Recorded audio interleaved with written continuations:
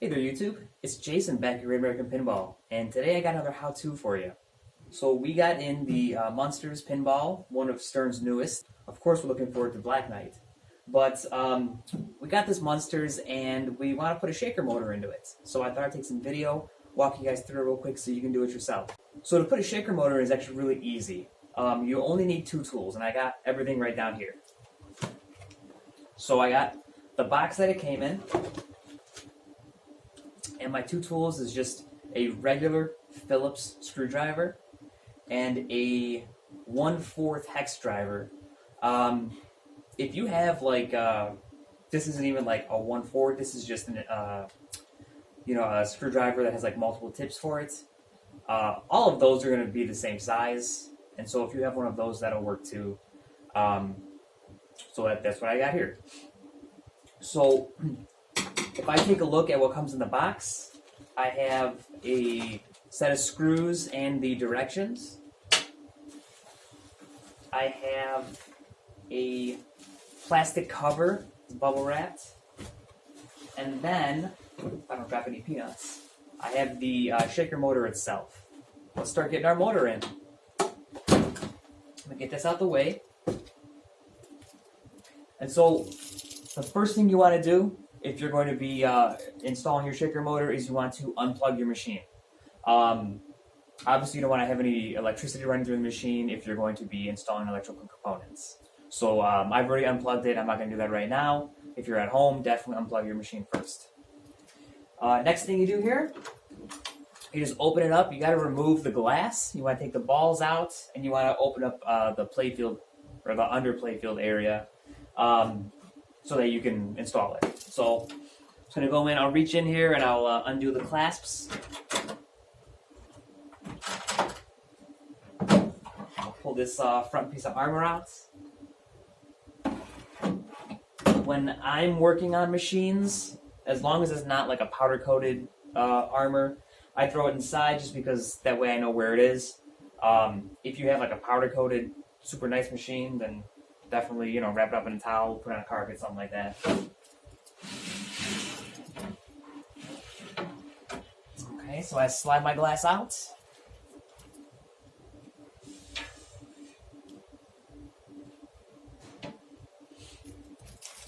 So I slid the glass out, I threw it off to the side. You want to make sure that you put it on some carpet. It is tempered glass, and if you hit it on like concrete or something, the whole thing can shatter. So definitely just be careful. Okay, and so the next thing you're going to do is lift up the playfield. Basically right where the, when you drain the balls, right where it goes in, you just grab it. There's like a little metal thing here you can probably hang on to. You can grab the plastic, just be careful. But this is meant to come up, so you're fine. You just grab it, and you just yank it straight up. The whole playfield tilts with it. You see there's even little braces here, so you can take this. It slides forward really easily, and then now you get the playfield resting on your cabinet.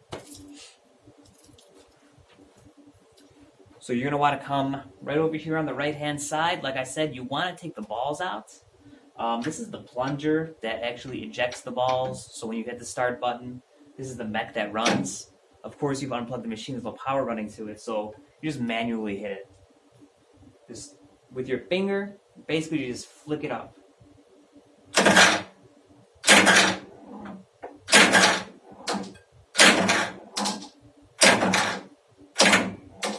Okay, I know this one's got 6. Once you're empty, basically there's like no resistance at all. If there's a ball in there, you'll feel it. You can visually inspect if you're taking all the balls out. So I take these, I put them into the case, into the cabinet.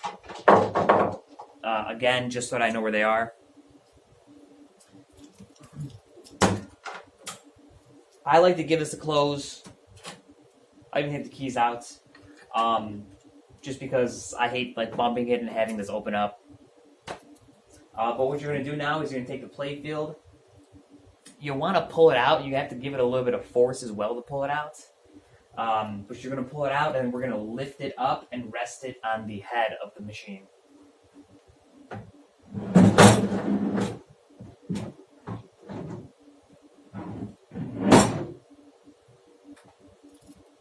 Okay. All right. So I got my plate filled up. I'm gonna go ahead and grab my second camera because I want you guys to see what's going on. And we like to be real official here at Gap, so made my own little mount here. All right. So the first thing I want you guys to see is that there are these little metal clips here. If you've never lifted a plate filled up like this before, this is your stopper. All right. So when you pull the machine out, you know it slides pretty easily once you get over the hump. But these are going to prevent you from pulling your plate field out too much. It's also what the plate field rests on when it's in the full upright position. You put it all the way up, and the bottom of the plate field actually slides forward. And I mean, it doesn't lock there, but it's not going anywhere. So you're completely safe to pull the plate field up if you've never done it before. If you notice as well, we have installed some of these Munsters art blades on the side. Get that at GreatAmericanPinball.com. Be careful if you have installed them already, because you don't want to scratch them. And if you still have just the black sides, you haven't done any art on there. Again, just be careful. You don't want to scratch the black and have to go in with like a marker or something to fix it. So I have my tools in here. I got my screws. I got my shaker here on the floor. The first thing you're going to do is you're going to take a look over on the right-hand side here. And there's actually 4 holes that are pre-drilled into your cabinet. And those 4 holes are what's going to actually attach your shaker. So let's pull it up here. So the shaker is this metal box with a big long tail on it. And so I'll pull up the camera here as well. So this is the shaker. It's just a mechanism that has a motor and it spins this weight. And so when it goes off, there's 2 weights on it. When it goes off, it just spins and it shakes the motor itself, which in turn shakes your game because it is bolted to your game. So what we're going to do is we're going to install this. And if you're looking at it for the first time, like I said, there's 4 holes that are pre-drilled. If you take a look at the bottom of the shaker, there's also 4 holes. So you see them right here. Those line up, and that's where your hex screws are going to. That's where your hex screws are going to attach the shaker to the machine. So the orientation, you can only do it one way. It is not a square; it is a rectangle, and so if you fit it one way, it won't fit all 4 bolts. But if you take a look, what I did is I installed these 2 screws first. These are the ones that are going to be facing the wall of the cabinet. And I did that because it's a little bit easier to line up.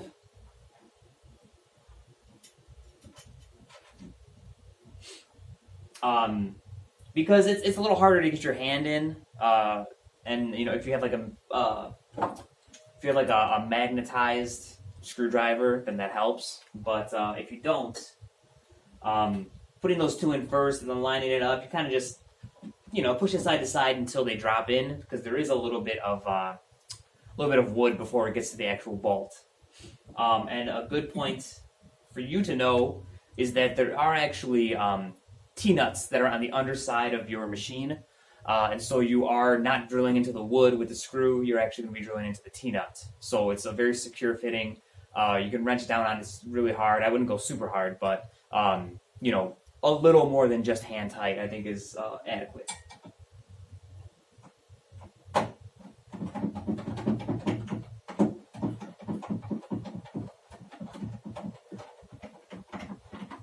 All right, so I got 1 tightened down.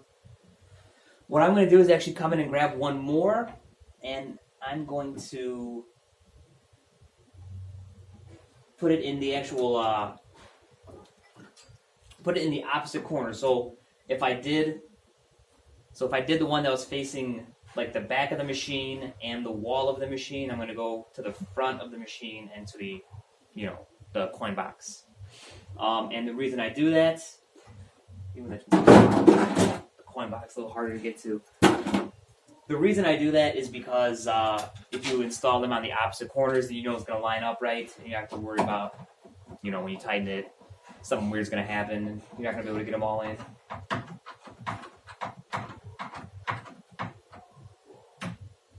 So that's good. Tighten this one up.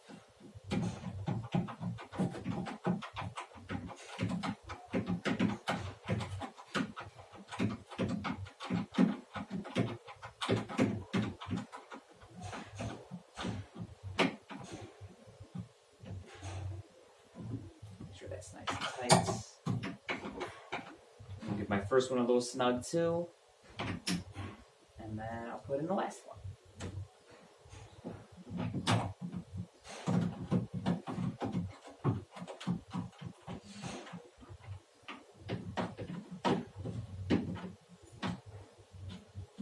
Alright, so that's nice and snug in there. It's not going anywhere. Now your shaker's in. You're done. No, you're not done.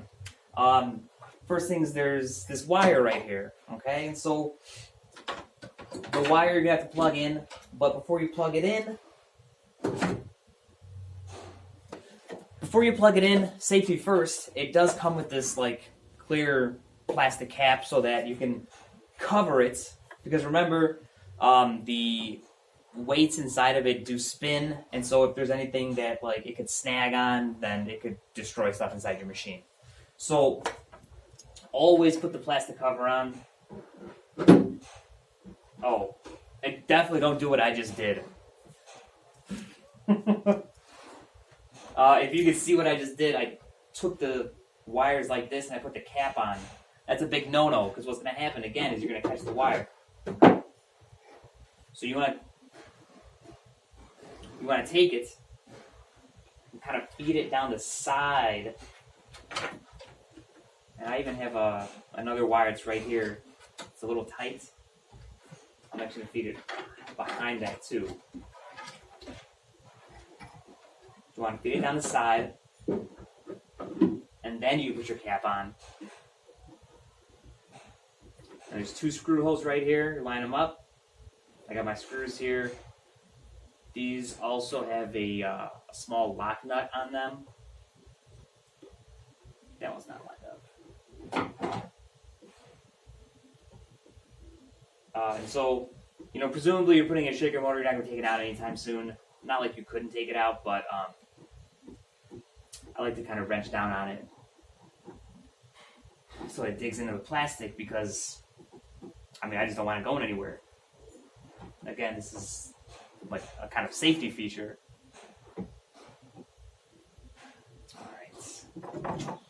Alright, so you got your wire in. It's you got your plastic box on. You're good to go. I'll get my tools out of the way here. I'll get this out of the way. And you take a look here inside the cabinet. There's actually little clips here that you can feed the wires through. And so this one came out.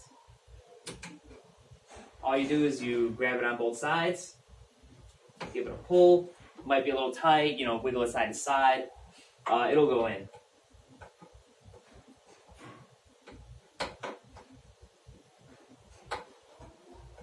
Okay. And then even if you come over here, there's you see that? One over here. There's even you know, larger clips. I'm in the way here. Okay, so feed it through. I like to see what I'm doing. I like to feed it through all of the clips, because that way I know the wire's like completely out of the way. I don't have to worry about when I put the coin door in, am I going to snag it or anything. So I like to do that. And then I'm going to see, can I get a close-up? Can I get a close-up? So I am using my phone here. But if you take a look... Oh, that's right. This board here is what you're going to be plugging it into. Take a look at the actual wire itself. There's like 3 wires in a row, a cap, and then another wire. So what you do is you will look on your board. There are, a whole bunch of different things that are going to be empty, places you think you can plug it into. What you really need to look for is obviously just the one that matches. And so here I have 1, 2, 3 in a row, an empty one, and a single. So that matches perfectly. Make sure you get the orientation right. And then all you do is, I'll do the other hand here. All you do is plug it in. You're good to go. Okay, so, I installed it, I put the cap on, I ran the wire, I plugged it in. That's it. I'm done. So, and now all you're going to do is you're going to drop the playfield down. You put your balls back in. You just let them drain. Put your glass back in, put your armor back on, turn the machine on, and give it a test. Okay, so when you go to drop it down, all you do is you grab onto one of these guys. If you are short, one hand works. But I like to be just like, level with it and just pull it toward you.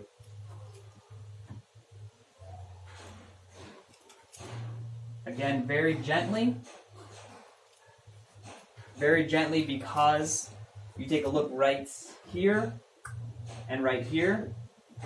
There are like little metal brackets. That's also what the playfield sits on, that railing when you drop it down. That's what's on the railing. And so again, that's the area that you could scratch the side of your machine if you pull it in like kind of cockeyed.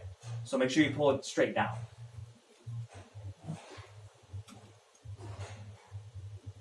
Okay, very careful.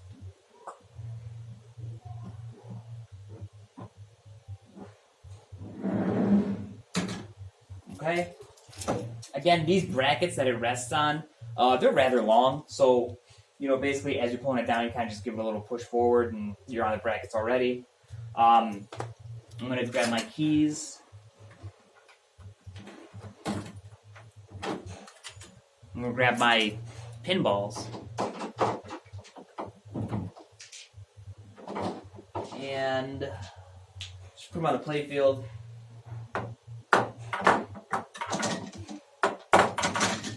And you can go the rest of the way here. Oh. There is like I said, like a hump. So you do have to kind of pull it back a little bit and give it a little bit of force to go over that hump. It sounds kind of aggressive, but the machine's meant to do this, so don't worry, you're not going to hurt it.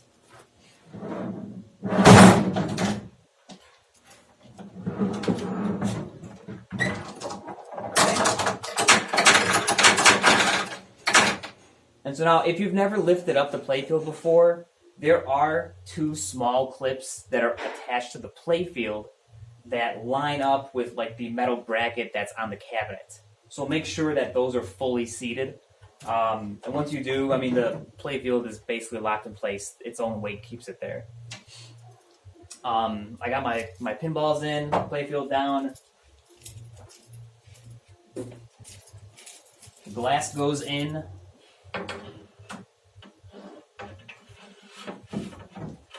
And remember, when you're doing this, if you haven't cleaned your glass in a long time, now's a really good opportunity to grab some Windex and clean both sides of the glass.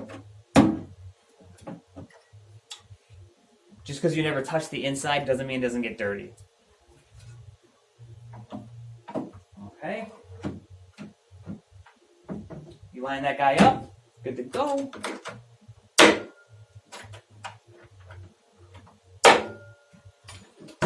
And there you are. That's it. It's super easy to do. Installing a shaker motor should not be any kind of anxiety-inducing endeavor. But once you install it, once you lock down the armor, plug your machine back in, turn it back on, and give it a try. All right, guys. So I got a nice test play on it. The shaker motor is definitely working. And so success. So hopefully you guys enjoyed this how-to. Hopefully it gave you guys a little bit of encouragement to do something yourself on your machine. If you want to grab a shaker motor, if you want to grab a Munsters, check out greatamericanpinball.com. We have all the Stern machines, all the Stern parts. We can get you what you need. So thank you guys for joining, and I'll see you next time here at Great American Pinball. Lead the way.